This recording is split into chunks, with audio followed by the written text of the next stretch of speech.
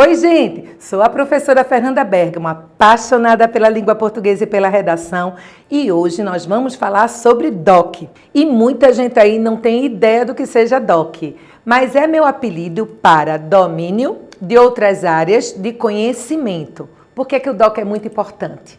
Primeiro, porque ele é ferramenta essencial da competência número 2, que garante 200 pontos valiosos à sua redação no Enem. O que é que diz a competência número 2? Ela diz que o seu texto precisa mostrar que você compreendeu a proposta e que você sabe aplicar informações de várias áreas de conhecimento dentro da construção de um texto do gênero dissertativo argumentativo. Essa é uma competência bastante complicada. Eu considero a mais difícil das 5 competências, porque ela te exige atenção a 3 elementos. A compreensão da proposta, e nós teremos um momento especial para falar sobre isso, porque é a questão de não cair nas pegadinhas, mostrando que você não se distanciou do tema sugerido pela banca. A inclusão das áreas de conhecimento no seu texto, e tem muita gente que interpreta essa história de várias áreas de conhecimento como se fosse assim, vou mostrar meu repertório. Então, se eu gosto de história, eu vou colocar um monte de alusões históricas na introdução, no D1, no D2 e, se possível, até na conclusão. Isso é muito legal, mas história é uma área de conhecimento. Então, não adianta você enriquecer o texto apenas com história. O Enem deixa muito claro várias áreas de conhecimento. Então, além da alusão histórica, talvez você precise apresentar um dado estatístico, ou uma citação filosófica e sociológica, ou fazer menção a um filme. DOC é isso, é essa variedade que você tem no seu repertório, na sua bagagem de vida. Então, a primeira coisa para garantir uma redação de sucesso é saber que tudo o que você leu, que você viu e que você sabe, desde que sejam verdades, vai ser bem utilizado nesse texto. Aí tem gente que me pergunta assim, ô Fernanda, e eu posso engessar o texto? Eu posso decorar alguns docs, tipo citação filosófica ou sociológica, isso ajuda a minha produção.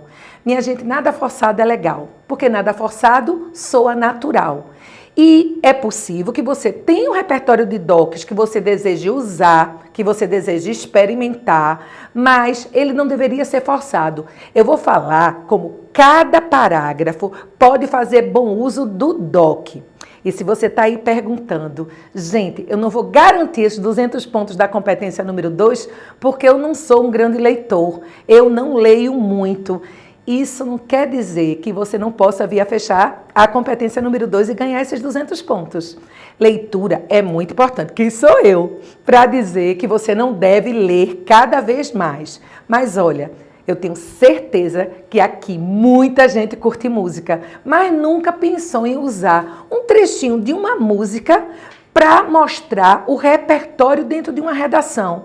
Minha gente, o trecho de uma música nada mais é do que uma citação, que às vezes tem até mais valor do que a citação de Sócrates, de Aristóteles, da modernidade líquida de Bauman, que eu acho, é a minha opinião, que a banca corretora anda meio cansada, porque está todo mundo forçando a modernidade líquida nos textos.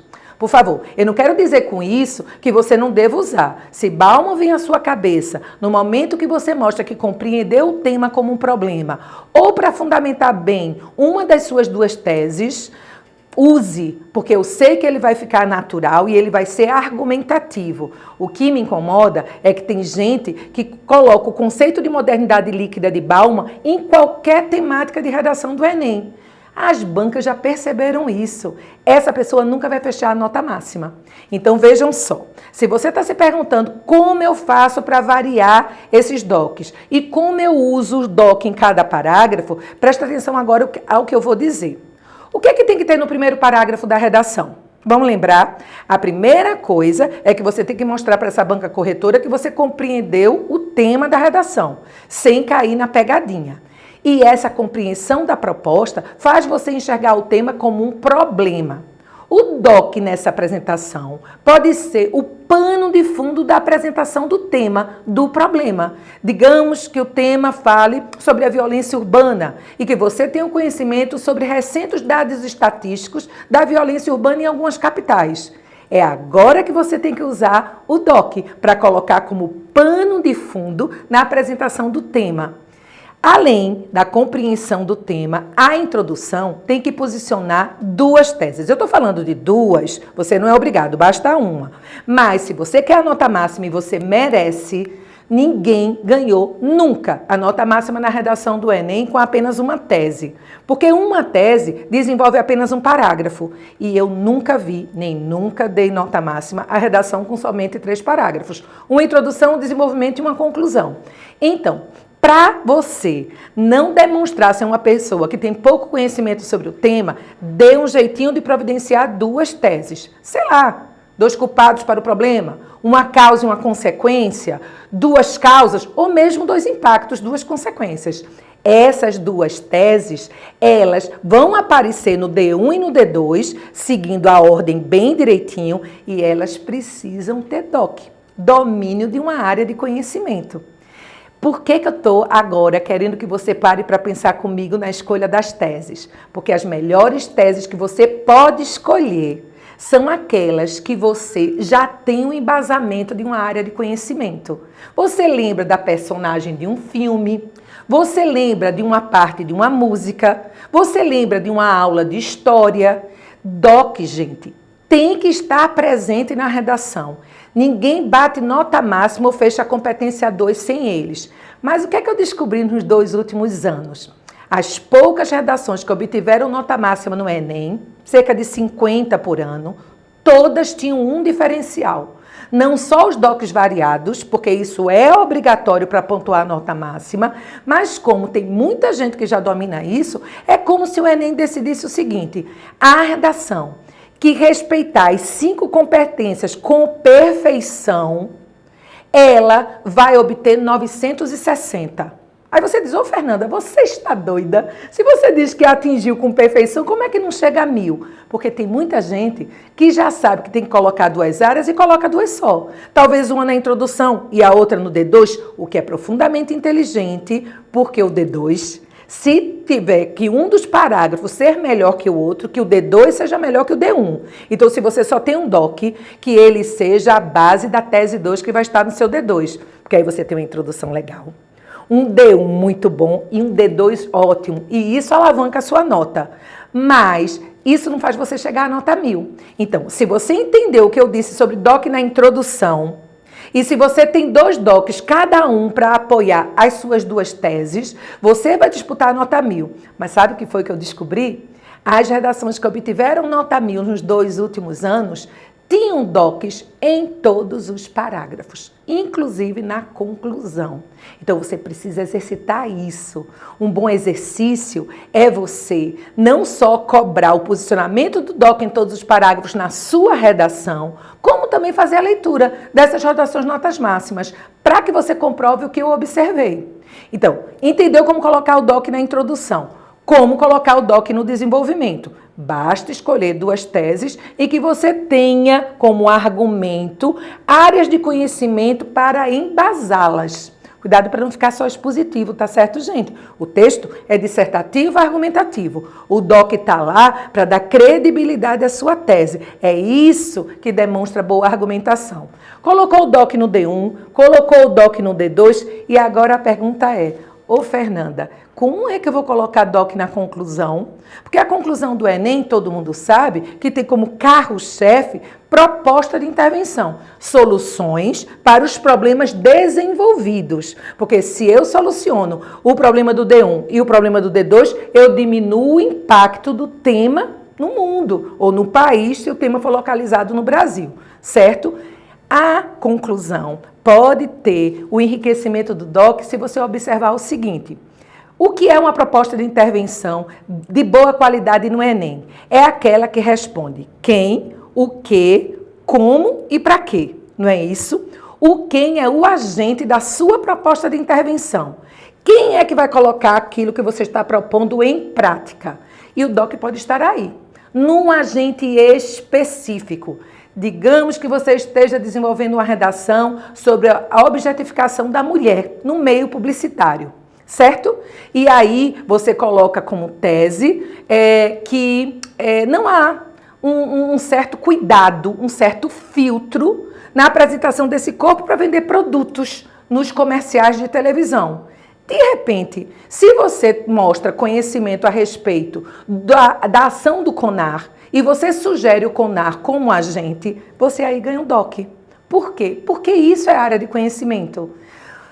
O DOC, para você entender melhor, é essa questão de não é no achismo, ele é baseado. É quase como se você pudesse perguntar assim, eu dou sempre esse exemplo em sala de aula.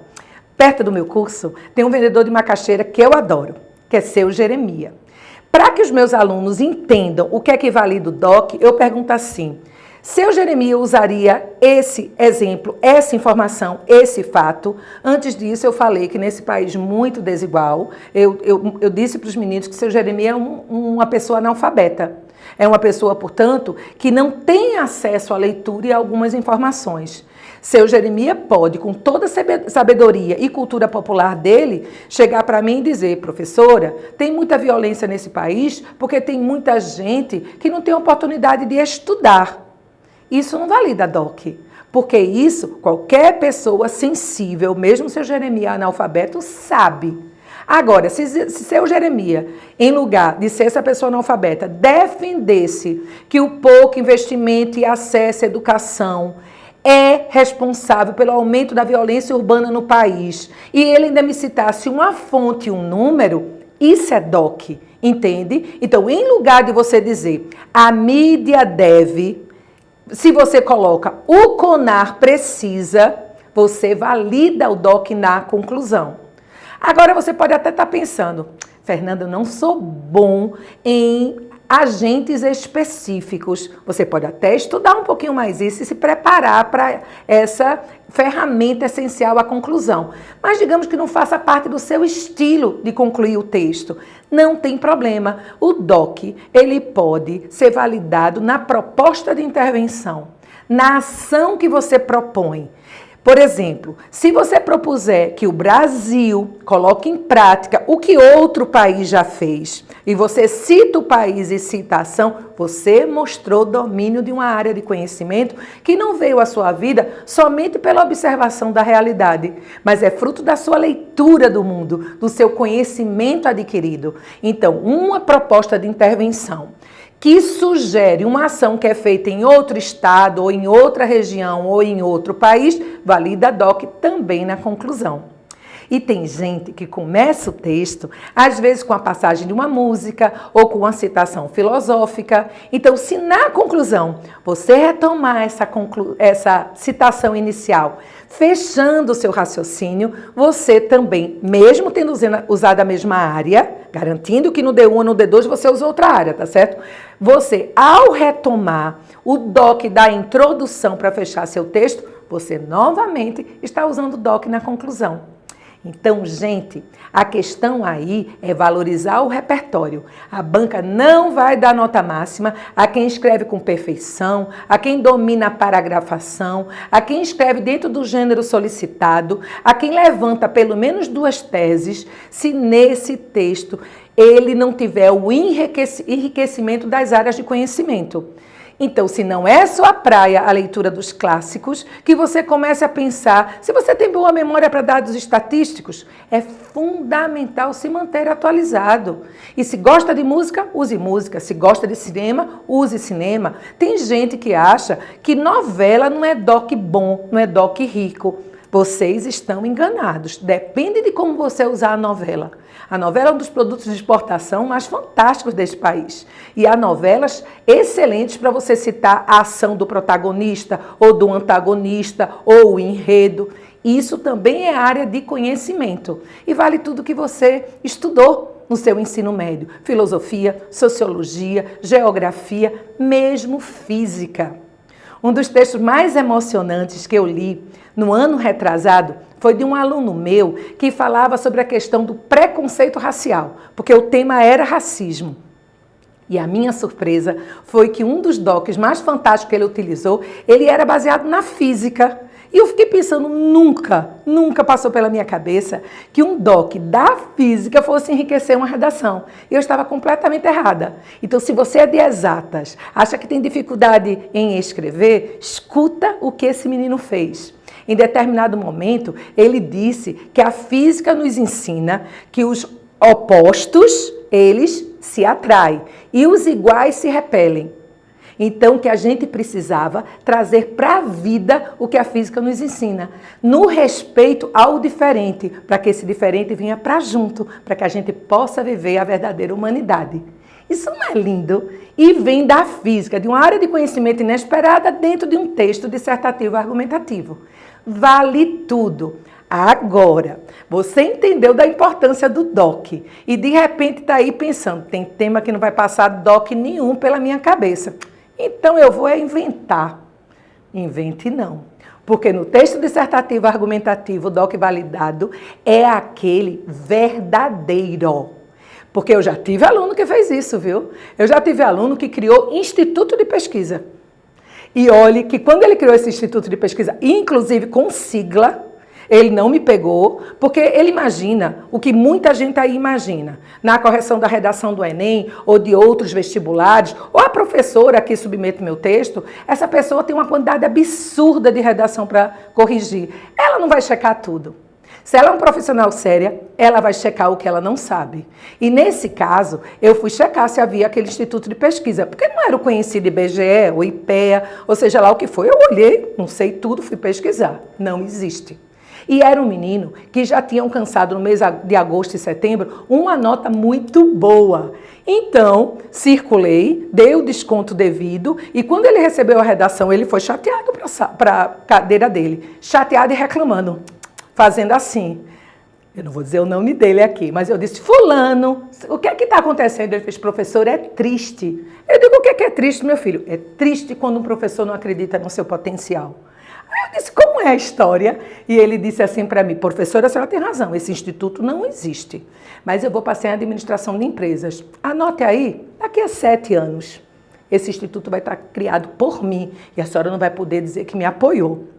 Eu disse a ele, não só vou apoiar, como eu vou ser a primeira em sala de aula a dizer que é DOC válido, mas por enquanto não. Então não invente. Corrigindo redação, eu já vi gente criar guerra entre 2 países que não existem. Então assim, fique no campo da verdade. Uma informação mega importante. Fernanda, eu sei que o DOC é verdadeiro, eu sei que o DOC é atual, mas eu não me lembro a fonte, eu não me lembro qual foi o jornal ou qual foi o telejornal. Mesmo assim, você pode validar o DOC. Se for atual, se for verdadeiro e se ele for justificado pela sua tese ou pelo seu tema como bom argumento no texto, mesmo sem fonte, ele vale. Então, não abra mão da sua informação porque você esqueceu qual é a fonte. E não arrisque, viu? Não vale a pena chutar Diário de Pernambuco ou o portal G1, porque pode não ser essa fonte e ao checar, a sua nota vai cair. Então, informação verdadeira e atual, pertinente e bem embasada, mesmo sem fonte, valida DOC. Não vale mentira, mas você precisa garantir presença de DOC em todos os parágrafos e garantir que há uma variedade nessas áreas, para que você mostre um repertório super diversificado. Importante também é que esse DOC ele precisa ser de leitura produtiva, ou seja, não pode ser forçado. Não é aquilo que você sabe sobre o tema que cabe nessa redação. Aquilo que você sabe sobre o tema, ele pode embasar a sua tese ou pode mostrar o tema como um problema na introdução. Se feito assim, tudo bem. Mas forçar a presença do DOC só para garantir o que pede a competência 2, não adianta. Tá certo? Vamos resumir todo o assunto conversado aqui hoje? Você hoje aprendeu que ninguém consegue nota máxima na redação se ela não garantir DOC, domínio de outra área de conhecimento. De outra, o que quer dizer que tem que ter áreas diferentes. E se você quer a nota 1000, todos os parágrafos da redação, a introdução, os parágrafos de desenvolvimento e o de conclusão precisam apresentar DOC. Você também viu comigo que esse doc tem que ser verdadeiro e ele é muito mais valioso com fontes de credibilidade.